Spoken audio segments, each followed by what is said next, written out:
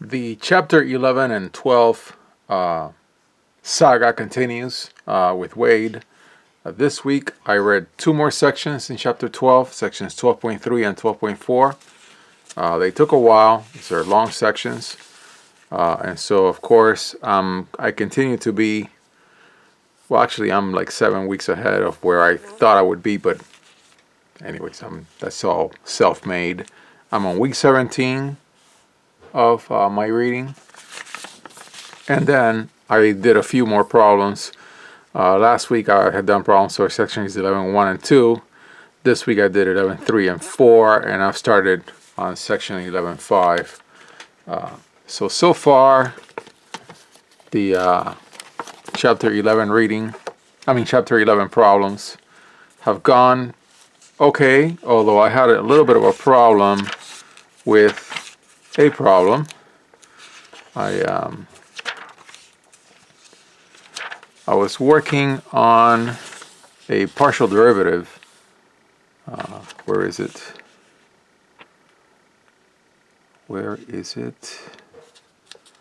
Was it 11.3 or was it 11.4? Yeah, it was 11.4. I was working on a partial derivative, and I learned something I didn't know about partial derivatives, where you have a derivative with respect to a variable of the function, but you want to shift it around so it's not that variable. It's not what is the derivative, so you have to do some manipulation.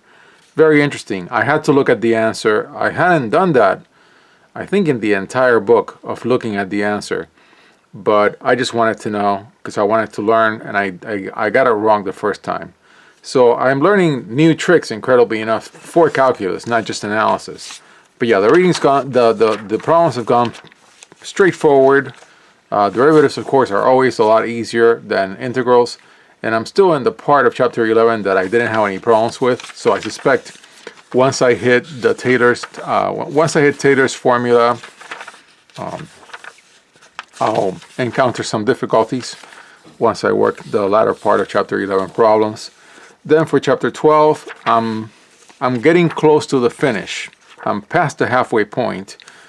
Wade did a really good job with change of variables. Some very interesting layering of multiple theorems to explain change of variables. So this has been very, very enlightening and difficult. Definitely a difficult read for change of variables. Yeah. All right. So then on to the actual notes. Lots of reading, not as many problems. Again, as always, the take for all of Wade is I want to finish the book. And so I think after I finish the book, I may have a round of problems, more problems. I'm not sure how I'm going to feel about that. But definitely a lot of reading having to do with Fubini's theorem and specific functions that fail for Fubini's theorem. Very interesting read. Found a counterexample off the web, followed it just to learn from it. Of course, when you look at more advanced texts in measure theory, it's really Fubini-Tonelli theorem, because Tonelli made some additions to Fubini's theorem. And even in Marston and Trumba, they talk about Fubini's theorem. It's all about being able to exchange the double integral, dx dy. The integral dx dy, you can do it dy dx. But in some cases you cannot. In some cases you get a different value. And in some cases the dx integral is bad, or the dy integral is bad, or the product is bad. So that's what Fubini's theorem is all about. I was going to hunt down Fubini's theorem in multiple books and show them as I did for L'Hopital's, but I really couldn't do that without pulling out a bunch of functional analysis books that I have been buying over the last month, and I don't really understand the material, so I think it was going to be pointless. So back to my reading. Read a little bit about what did I read about in here? It was projections. I think it was projections. Yeah, projectable regions. That's right, projectable regions. I'd never heard of that term.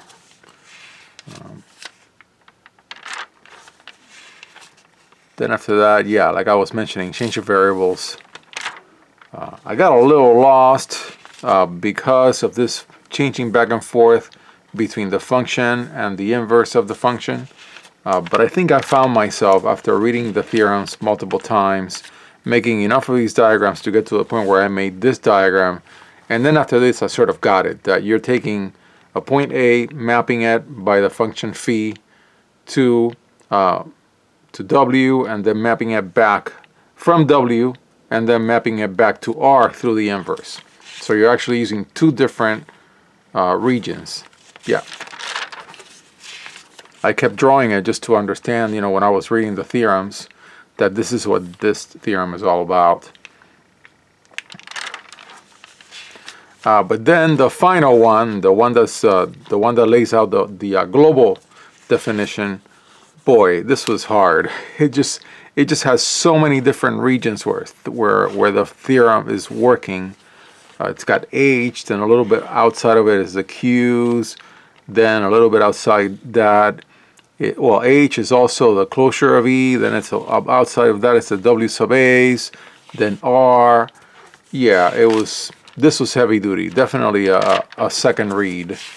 And I even went through and put all the theorems and then all the different conditions and whether the theorem was global or was it local. Local meaning at a specific point, or was it over a region or an interval. Then some examples, and yes, I love doing integrals, but I wanna keep going, and so I have this like pull and tug of like, oh, I really want to go into Marsbit and Trumba and do like a whole section of problems, or I want to go to Thomas and Finney and do like a bunch of integrals. I really love integrals, but it's like, no, I gotta keep going. I must finish the book, and so even though I want to do a bunch of double and triple integrals, I did not do that. I just kept going. And now started partitions of unity. Yeah. So that's where I'm at, page 569 of my notes.